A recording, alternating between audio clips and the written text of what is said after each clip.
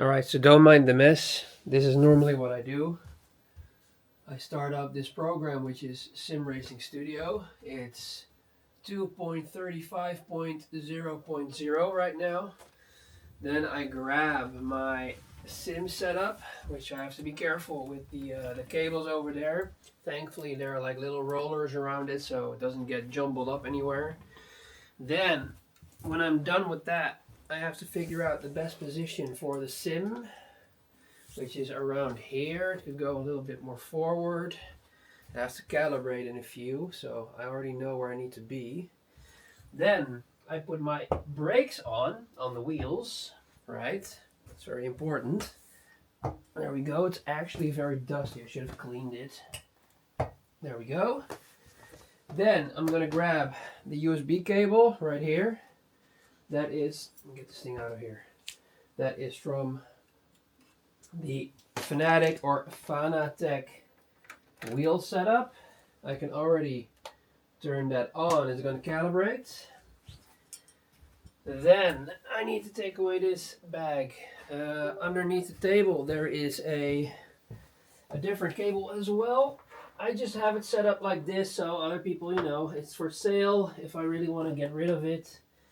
Put the other USB cable in the PC. That's the nice thing. It's just two USB cables. So one USB cable for the shifter, handbrake, pedals, and the 5Nm Fanatec steering wheel.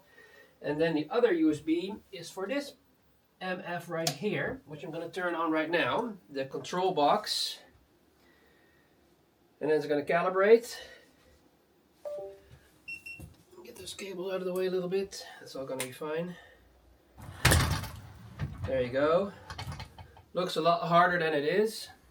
And now Sim Racing Studio sees it. There's all colors over here. These are my settings. So from there we go to Content Manager. And let's just see if we can pick a specific car and then give you guys a little bit of a demo. It's like this car. I don't know if that's going to work. See if I now press go.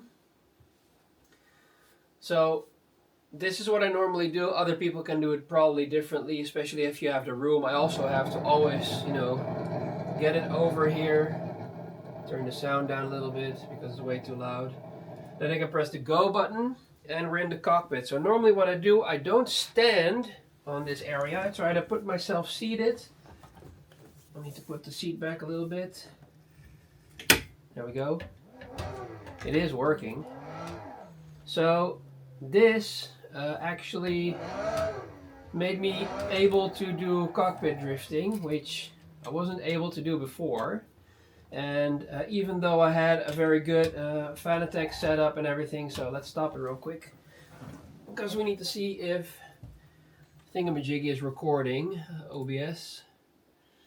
So this is, again, I'm not standing on the pedals. I'm always trying to put myself in with my weight from the side of the sim.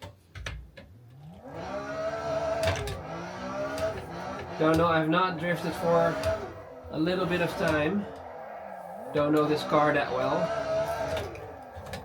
I also have a little bit of a creaking sound because I have this plastic mount underneath the steering wheel, which has come a little loose.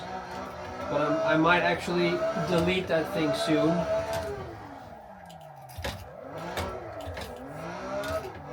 There we go. Just gonna do one quick little lap. Oh boy. To see how that goes.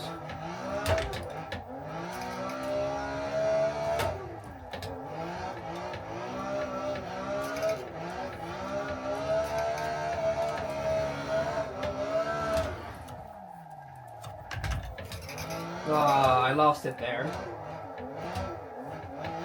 But you know, if you find a good car that really goes like this, it actually works a treat. It's just really nice. I might have a very weird position right now in the seat because the seat for me is a little bit too far back regarding the backrest. I actually like to have my seats a little bit more straight up for my back. Oh boy.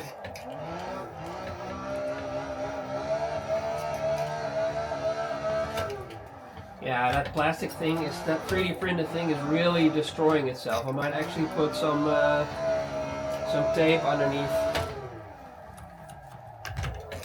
Oh, I'm doing it again. Alright, well we can stop now. And then if you want, you can of course use your horn. And you can put your lights on and off. You can see it in the dash. So what we can do now is actually, while we are watching or recording the replay, I can talk over this. Move the mouse cursor away a little bit. So again, this is really cool stuff. I'm going to be sad to see it go because I'm saving up money for a different car. And that's why I need to make concessions to, you know, you eventually get this sold for a good price, or I might still be keeping it, depends on what other things I might sell. But it's a really cool set. I've had a lot of problems in the beginning regarding the setup of the sim racing studio software. That has all been resolved. Sadly, the software is, in my opinion, not the best software for this kit, but it does work when you eventually fine-tune it. So I will be making pictures and or a video of the settings that I have, so that when the other person buys a license for the sim racing studio software, they can pretty much just start it up and have the same settings as I do and be happy with how it's moving. I do get to be a little bit nauseous when it goes up and down too fast. Like for example, if you go to the Nürburgring or the Nordschleife or whatever you want to call it, there are like big areas of climbing and big areas of going down again. At least in my opinion, I think they're big. And we're talking about altitude change. And that's something that I personally really am not a big fan of. Drifting is no problem for me. Racing is no problem for me. But as soon as you go up and down, just like roller coasters, I tend to lose my crap. So there's that. But this thing is really amazing because me and my best friend or my best buddy usually did a lot of sim racing together as well. We also tried a lot of stuff in my place with different setups like Logitech and Thrustmaster and all that. And then eventually I got into the Fanatec direct drive area, which has been an eye-opener for me because direct drive has made me being able to feel drifting a lot more. I really couldn't do it on a G25 or G27. I mean I could back in the day, but there wasn't really a good feeling or a way of throwing your steering wheel back, in my opinion. And instead of people going onto a simulator first and then doing drifting in real life, I did it the other way around. I did drifting in real life and then started using a sim. So most of the people that drift in real life then go over to a sim have a very hard time adjusting to the sim itself, and also games can be very different in what they do or how they translate it. So Assetto Corsa is, in my opinion, the best game you can have for drifting. Even though my replay really doesn't look that good, but it's still, in my opinion, the best game that you can buy to experience drifting almost one-to-one. Especially when you have a simulator with a direct drive wheel, and preferably, of course, one that moves, like a motion simulator, like we have right here. So the motion sim itself was around 3,500 to 4,000 euros, getting it here shipped, and then also you still have to put it together yourself. Mostly, it's not like super bad or anything. But you know, it takes a little bit of time. I think I was busy for at least a day because everything for me is a lot harder regarding my body. Yeah, now we have this Fanatec plastic 3D printed 45-degree angle thing underneath it. And you can see it's moving a lot. I should actually put tape underneath it. I might do that because that will make it a lot better. Tape is also something that we can easily remove. So the only thing I need to do is get these 4 nuts and bolts on the side off, and then we'll have the steering wheel loose.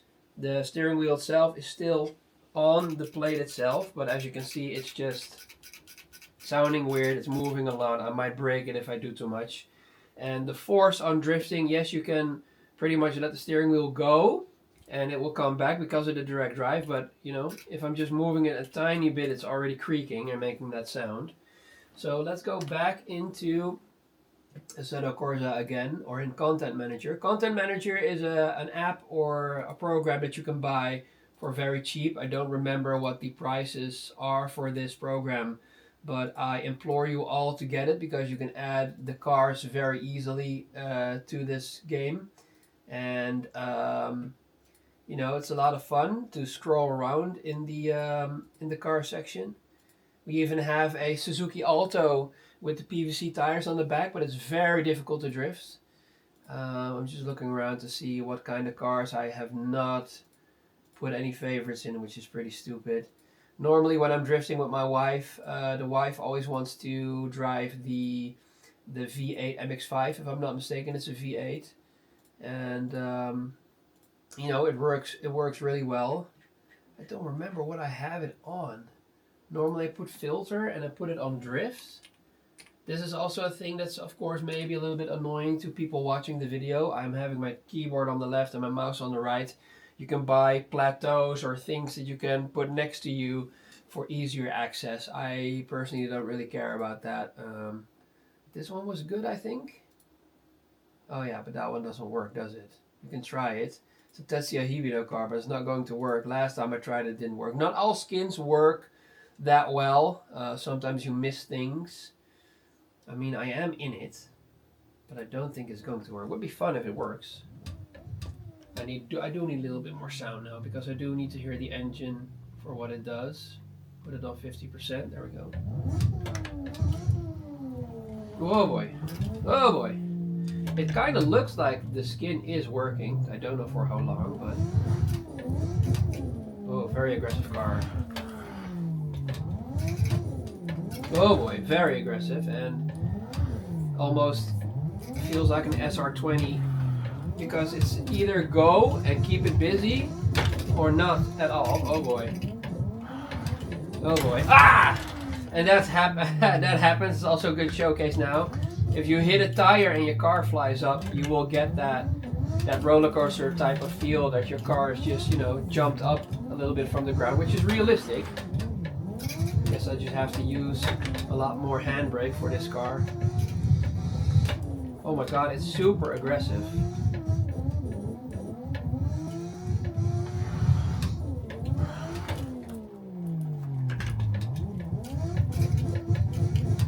Yeah, in second it's just a little bit on the edge too much. It works. Oh boy. That was not enough steering, and again the creaking sound from the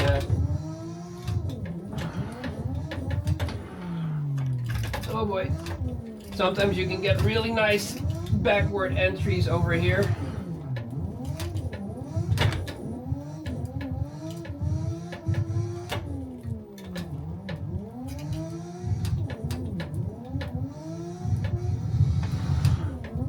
Also right there. Ah, no, the wall. God damn it. Oh, that sucked. I almost had it though. So we're gonna stop the car here. Hopefully it will have been recorded on OBS. Let's see if that works again. Because sometimes it just defaults over. Probably have to do it twice, yeah. No, it's still there. That's good. Nice, I like that. Let's check out the replay. No, see, it put a white PS13 on the screen instead of the Tetsuya Hibino car. Which is also something that's really cool. If you watch the replay and you don't touch it, eventually the smoke will start to build up because it's realism. You know, you need to really get those tires going in the game. And then eventually the... oh boy, we're gonna crash. Boom! Oh, that was pretty heavy. So that's a good translation of how this simulator actually gets that whole bumping area thing going around. Which is also really cool. If you go over the red and white curbstones, you actually feel that individually. Like it's if you're in your if you're driving with your left front tire over the curbstones, you really only feel it in the simulator on your left front. It's really nice. So after being very you know, complaining about this whole set, I still think that the sellers in Poland, DOFreality, should have done a better job regarding customer service and taking me a little bit more serious about how everything is going. They let you do a calibration through a specific software that they send you if you think something is wrong with the sim, and then they let you calibrate, and then they say, well, the graphs show us, the pictures that you have to send, that everything is good on the simulator, so it has to be software. And yes, eventually they were right, but it was very difficult to figure out. There are like 1 or 2 sliders in the software that can completely fuck up the sim if you adjust them in the wrong way. So that really sucks. But, you know, eventually you figure it out, and I pretty much have been busy for weeks, maybe even months, to fine-tune it to the way that I want. I'm not every day on this, maybe once or twice a month or something like that. It really depends on the weather and what I'm doing at home. But you know, it is a really nice game and simulator combo to play this, which is just really freaking cool. And especially if you have so many drift cars to choose from, it's just a lot of fun. You know, there's a lot of stuff that you can pick and choose. Don't know why they put the Abarth in there when I put it on drift just now. The filter, oh, the filter's already gone again. AIO Street. You can like completely download multiple packs. You have your Toyota Supra from the Fast and the Furious, which is really cool. Brian Earl Spillner, Paul Walker's car. May he rest in peace. We still miss him. We got Daigo's Lambo in here, which I thought was really freaking cool. There are some race cars in here, and of course you could do racing too if you just want to go and race. You can do that. You can use pretty much almost every single racing game. So, you know, that's not a problem at all. We can go to a different track this time. There are some tracks in here that have a little bit of a problem. Again, same goes for the cars. You can download so many tracks. It is ridiculous what you can download. You can download Formula Drift tracks. Let's go to the, whatchamacallit, what's it called again? Not Learn to Drift. This is normally where I let my wife drive. It's just an oval where she can do drifts, you know, single corners, and then in third gear. And then after that, she actually went over with me to Tomato Sportsland, what we have been drifting just now. What was it called again? Not Kart. I'm looking for the Forest. Can I check that out if I do this? Yeah, Drift Playground, Forest Theme, or Autumn Forest. Let's just go Autumn Forest. Let's see if the car will work with what I want it to do. Yeah, I don't know what else to tell you guys. It's just a lot of fun, and it really made me step up my sim game. Like I said, I went from crappy sims or outdated sims to a direct drive, which really opened up my eyes and feeling for drifting outside of real drifting, but at home. And then also the motion sim took me to the next level by making me able to, you know, drift in the cockpit, which I couldn't do before. I don't hear any sound. This car is very silent, but that's okay. It's just a lot of fun, and you really feel what it does. I mean, I really can anticipate what's going on. Oh boy. Except that time, because I don't know this car that well. And I'm talking too much. Oh, almost the wall. Oh boy. Now you could just do this track that I'm doing right now. I'm not doing it super drifty, but you can do it mega wide. There are people on the internet that are so good with sims, and I'm just, you know, somebody who does it for fun on the side. I'm not like good or anything. I know how I can place my car. I know I'm able to drift a little bit, you know, hold your steering wheel instead of using the handbrake. Get really close to that edge, go to third gear, go back to second because that was hard, it was going to be close to the wall, back to third. So you can really let it hang out, which is pretty cool. And then if you have like good speakers and sound, you can also just, you know, use base shakers, which is really cool. And then, like I said, I'm probably sitting very weird on the seat on the camera, and I do hope the camera is recording everything. Oh, and I lost it. Damn it. Too bad, I was going pretty well there. But you know, this is really a lot of fun. When people come over, they sometimes also want to play around, like friends of mine. And it works really well, which is pretty cool. All you have to do is tell them not to bump into everything, because you know, like this. Because the sim really takes that very violently out. That's why people sometimes even say, please go get a seat where you're positioning good. Like this is a bucket seat, which works really well. But also put in seat belts, because sometimes if you hit something really hard, the sim could probably throw you out, which is not good, of course. And there are modifiers like this. Sometimes you have a specific skin or car, and you can feel that either like the wheels are bent or something else is broken, and maybe you don't even have those modifiers on or anything regarding damage, but it still does that because the skin is just really poop.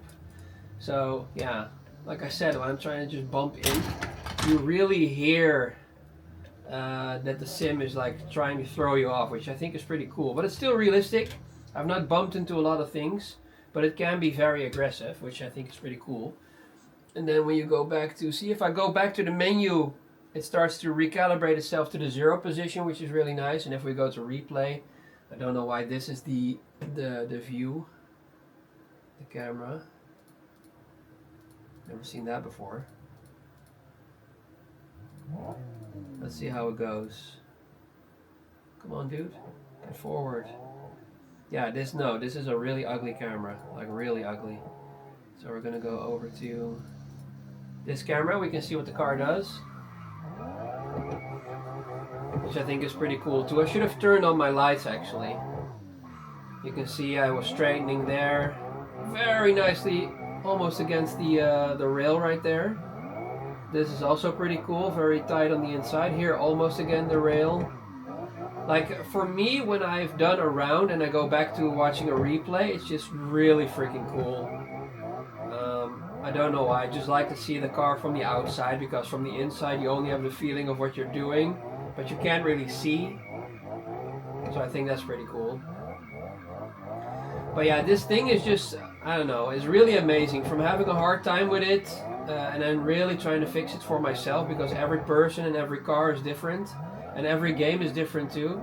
I really found the sweet spot with Assetto Corsa and all the drift cars and all the drift tracks that you can add in, mostly for free even. There's also modifiers for weather. You can do a lot of stuff with the Assetto Corsa Content Manager. You know, change the weather or make it like a real time in the sense of what time is it right now and what is it doing in the Netherlands or something like that, showing the sun or having rain. As far as I remember, it was able to do that too. But you know, this is just really cool. It's really nice to be able to just, you know, have fun, even though my shirt and my pants are almost creeping up and creeping down, but it's a lot of fun. Especially all the cars you can choose, and then just, you know, go on the tracks, sharpen your skills, go to different tracks, and make yourself even better. So I will be sad to see it go when it goes. There's a lot of other stuff that I have for sale, because I'm really trying to save up money for one of my dream cars, but people will know that eventually when the car comes. And yeah, I can advise everybody to get Assetto Corsa, even just the first one. I know Assetto Corsa 2 is out. I've bought that as well, and the game and the sim work together as well, which is really nice, but they haven't really put in a lot of tracks and cars yet, so I'm still waiting on that. But you know, this is of course a good way of seeing what the car and the game does. All I can say is just a lot of fun. So I advise everybody to get a direct drive wheel, doesn't matter what brand, because they're all good. I have mine, which is 5 Newton meter, which is not going to be wrist breaking hard. Well, you can still break your wrist or your fingers or your hand if you really want to, but drifting is a lot more easy, I think, because you have to do a lot of motion with the steering wheel, And if you are in a Formula 1 car and you have this really small steering wheel where you put your thumbs through, and you know you're going half or quarter length turn in and you ram something and it's going to be super violent on the sim or on the direct drive wheel, yeah, you might hurt yourself. But for me, when how it's been going with the drifting, no problems whatsoever. So yeah, this is going to be way too long of a video of me rambling about all this stuff. You know, thank you very much for watching. Please leave a like and subscribe if you haven't already, and go check out Assetto Corsa, DOFreality, and I'll see you guys in the next video. And don't forget, this mother flipper is for sale. If anybody in the EU wants to pick this up, you can come and pick this up.